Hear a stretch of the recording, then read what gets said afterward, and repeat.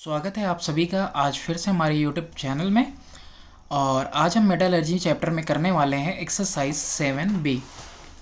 तो let us start from our first question कि give the principle of hydraulic method, froth flotation process और electromagnetic separation. ये तीनों के तीनों ही पेज नंबर 126 पे इनके प्रिंसिपल्स दिए हुए हैं। मैं आपको दिखा देता हूँ and you will just write from there.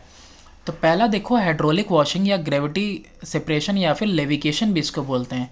इसका प्रिंसिपल क्या है? The difference in densities of the ore and the gangue is the main criterion. Different होना चाहिए डेंसिटी में, किसके? ओर और गैंग में, यानी कि जो उसमें मिट्टी वगैरह होगी, मड वगैरह होगी उसमें। नेक्स्ट है मैग्नेटिक सेपरेशन। मैग्नेटिक सेपरेशन जो है कि बहुत ही लिमिटेड है। और मैग्नेटिक सेपरेशन में होता क्या है? इसका प्रिंसिपल है कि मैग्नेटिक प्रॉपर्टी होनी चाहिए ओर की, कि जो मैग्नेटिक ओर होगा उसी को सेपरेट कर पाएंगे हम। नेक्स्ट फ्रोथ फ्लोटेशन के लिए भी पूछा था। तो फ्रोथ फ्लोटेशन का प्रिंसिपल है कि this process depends on the preferential wettability of the ore with oil, pine oil and the gangue particles by water. यानी जो गैंग पार्टिकल, मड पार्टिकल वगैरह होने चाहिए वो कैसे होने चाहिए? वाटर में मिक्स होने वाले। और जो आपका ओर होना चाहिए वो कैसा होना चाहिए? पाइन ऑयल के साथ मिक्स होने वाला। नेक्स्ट क्वेश्चन नंबर 2 देखते हैं। क्वेश्चन नंबर 2 है ए पार्ट कि name the method by which concentrated ore is converted to metallic oxide. तो ऑक्सीजन ऐड करना है, तो ऑक्साइड बनाना है, तो रोस्टिंग और कैल्सिनेशन करेंगे। State 3 objective achieve during the roasting of ore. तो पेज नंबर 127 पे दिया हुआ है ऑब्जेक्टिव क्या होगा ओर का, वो रोस्टिंग करने का। तो यहाँ पे पेज नंबर 127 पे आप देखो कि ड्यूरिंग रोस्टिंग होता क्या है? मॉइस्चर रिमूव हो जाता है। पेज नंबर 127 है।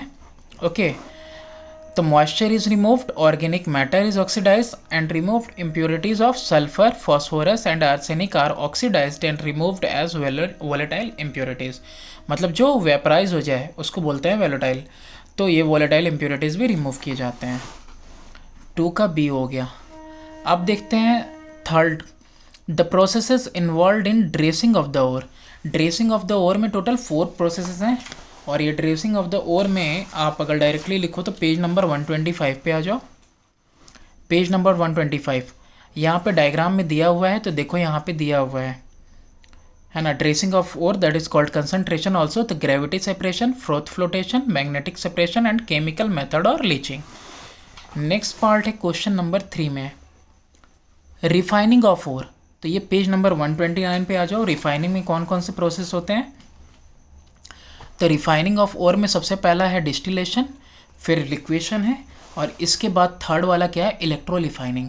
ये 3 प्रोसेस जो होते हैं वो 3 के तीनों प्रोसेस किसके लिए होते हैं? रिफाइनिंग के प्रोसेस हैं।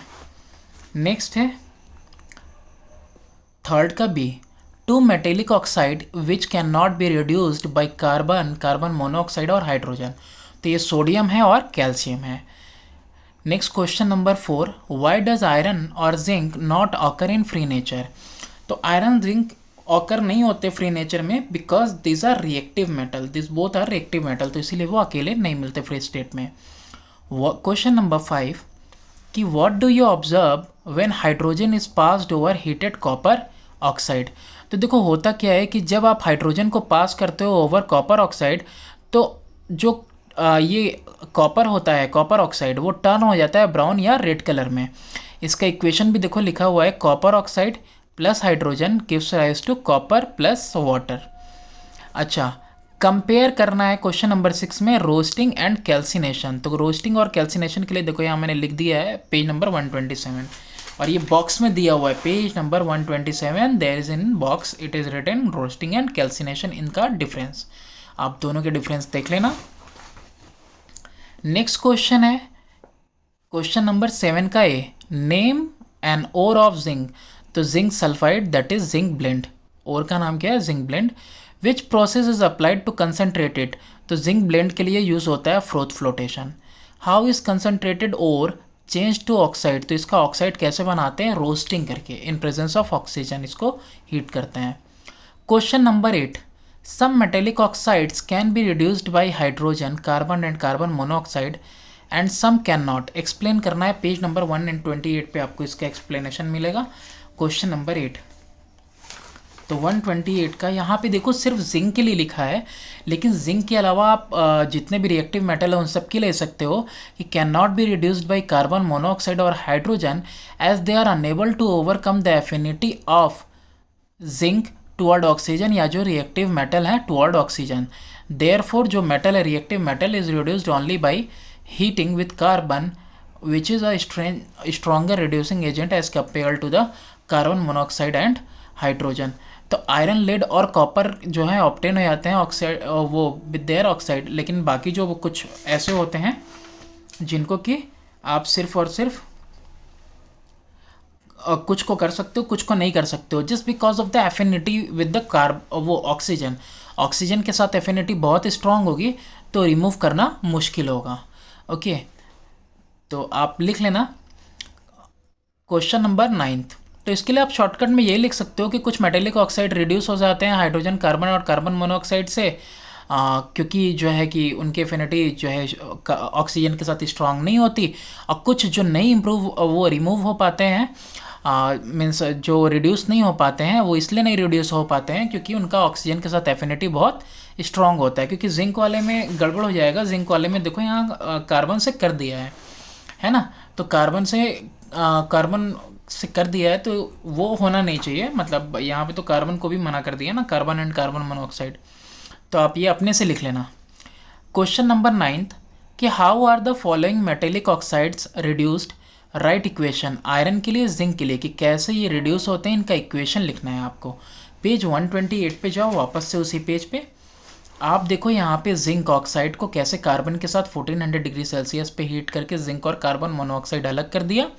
9 का ये, और 9 का भी आयरन ऑक्साइड के लिए भी आप देखो कि किस तरह से आयरन ऑक्साइड से कार्बन या कार्बन मोनोऑक्साइड या हाइड्रोजन तीनों की ही मदद से क्या कर रहा है, आयरन को रिड्यूस कर दे रहा है। नेक्स्ट क्वेश्चन हम देखते हैं क्वेश्चन नंबर 10 कि state why aluminium is extracted from its oxide by electrolysis while copper lead iron by reducing agent and mercury and silver by thermal decomposition। तो क्वेश्चन नंबर 10 तो ऐसे समझाने वाला है, लेकिन फिर भी मैंने यहाँ पे लिख दिया है, और ये काफ़ी जो है कि साफ़ सुथरा आपको भले ना दिखे क्योंकि काफ़ी बटरी पेपर है बीच में, तो इसीलिए थोड़ा सा जो है कि मुश्किल हुआ है लिखने में। At least try to understand and try to listen the words कि जो एल्युमिनियम ऑक्साइड है has great affinity for oxygen, oxygen के साथ ग्रेट एफिनिटी होती है एल्युमिनियम ऑक्साइड की, so can not be reduced by carbon, carbon monoxide और hydrogen. तो जो ऑक्साइड ऑफ एल्युमिनियम होते हैं उनको रिड्यूस किया जाता है, is reduced by electrolytic reduction of fused metallic oxide. तो इलेक्ट्रोलाइटिक रिडक्शन करते हैं फ्यूज्ड मेटेलिक ऑक्साइड का और उसी से इसको रिमूव करते हैं। अब जैसे कि मेटल है, metal copper, lead and iron, तो कॉपर, लेड, आयरन के जो मेटल हैं are in the middle of the reactivity, this is called reactivity series of metal. Reactivity series of metal में ये मिडिल में होते हैं, तो these metals are moderately reactive, तो ये मॉडरेटली रिएक्टिव होते हैं। Their oxide can be reduce, इनका ऑक्साइड जो होता है वो रिड्यूस हो सकता है, जबकि मरकरी और सिल्वर जो होते हैं बहुत ही कम रिएक्टिव होते हैं, are low in reactivity series, और रिएक्टिविटी सीरीज में बहुत लो होते हैं। तो ऑक्साइड इनके जो होते हैं वो रिड्यूस हो जाते हैं just only by providing heat, तो हीट प्रोवाइड करके इसे वो रिड्यूस कर लेते हैं हम लोग। क्वेश्चन नंबर 11 देखते हैं अब। An ore on being heated in air form sulphurous anhydride, एक ओर है हीट किया जा रहा है तो फॉर्म कर रहा sulphurous anhydride, write the process used for the concentration of this ore. तो इसके लिए कौन सा, इसके लिए हम पाइन ऑयल वाला यूज़ करेंगे, यानी कि फ्रोथ फ्लोटेशन प्रोसेस यूज़ होगा। अब क्वेश्चन नंबर 12 की तरफ मूव करते हैं। Define roasting, name an ore on which roasting is done, give balanced equation. Page number 127 जहाँ पे बॉक्स में लिखा हुआ था, तो पेज नंबर 127 टर्न करो, यहाँ पे आपको रोस्टिंग मिल जाएगा, और रोस्टिंग का एक एग्जांपल भी देखो, यहाँ पे एक इक्वेशन भी दिया हुआ है, और ये जनरली लिखा भी हुआ है, सल्फाइड्स के लिए यूज़ होता है। मूव ऑन करते हैं क्वेश्चन नंबर 12 के बी पार्ट के लिए। तो calcination on the same page, और एग्जाम्पल भी लिखना है, तो जस्ट हियर ओनली, जस्ट उसके बगल में आपको कैल्सिनेशन भी मिल जाएगा, इक्वेशन भी मिल जाएगा। तो moving on to the next question. Question number 13, how are the metal like sodium potassium and calcium obtained, give equation. कि मेटल जैसे कि सोडियम पोटेशियम कैल्शियम है तो ये ज़्यादा रिएक्टिव मेटल्स होते हैं, तो ये कैसे जो है कि मतलब ऑब्टेन किए जाते हैं, इनका इक्वेशन बताना। तो पेज नंबर 128 पे आप आओ, पेज नंबर 128। पेज नंबर 128 के टॉप से आप देखो, फॉर एग्जांपल यहाँ पे देखो पोटेशियम, फ्यूज्ड पोटेशियम ब्रोमाइड लेंगे और इसको जो है कि रिएक्शन करवाएंगे, इसका इलेक्ट्रोलाइटिक रिडक्शन करवाएंगे। तो रिएक्शन देखो कैथोड पे होगा, रिडक्शन एनोड पे होगा। तो ये जो पोटेशियम ब्रोमाइड रहेगा ये पोटेशियम और ब्रोमीन के आयंस में ब्रेक कर जाएगा और इस तरीके से आपको जो है कि कैथोड पे आपको क्या मिलेगा, पोटेशियम मिल जाएगा और एनोड पे आपको ब्रोमीन मिल जाएगा। उसी तरीके से सोडियम भी इलेक्ट्रोलाइटिक रिडक्शन से मिलेगा आपको, और यहाँ पे इक्वेशन दिया हुआ है और यहाँ पे कैल्शियम के लिए भी दिया हुआ है।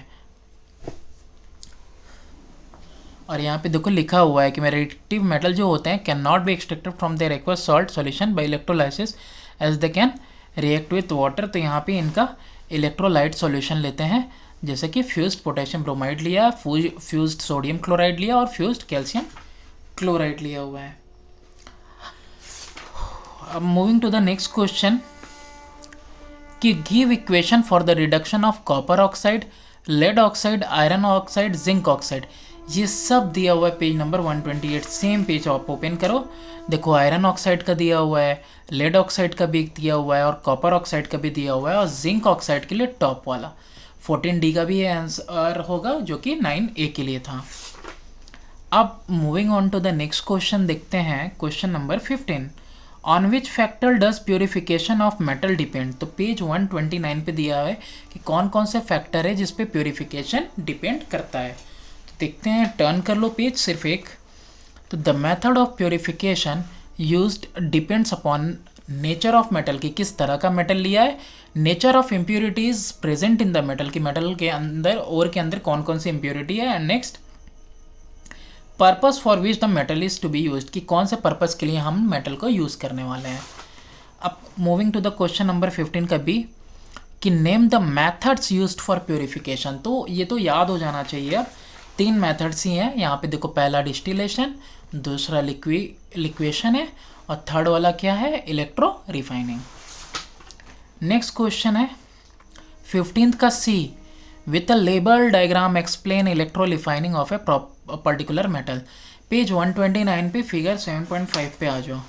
तो यहाँ पे देखो एक आपको यहाँ पे दिया हुआ है, एक डायग्राम दिया हुआ है आपको, और यहाँ पे एक्सप्लेन भी किया हुआ है कि solution of salt of the metal लेंगे और किस तरह से इसको हम लोग रिएक्ट करवाएंगे। तो यहाँ पे देखो एनोड पे एम यहाँ पे एक वैसा ले लिया है ना, बिल्कुल एज्यूम कर लिया है, मेटल की जगह पे एम एज्यूम कर लिया है, और यहाँ पे इसने पूरा जो है इक्वेशन और पूरा प्रोसेस यहाँ पे लिखा हुआ है। तो ये फिगर 7.5 आप ड्रॉ करोगे और this will be your answer, कि किस तरीके से जो है कि आपको मेटल मिल जाएगा कैथोड पे।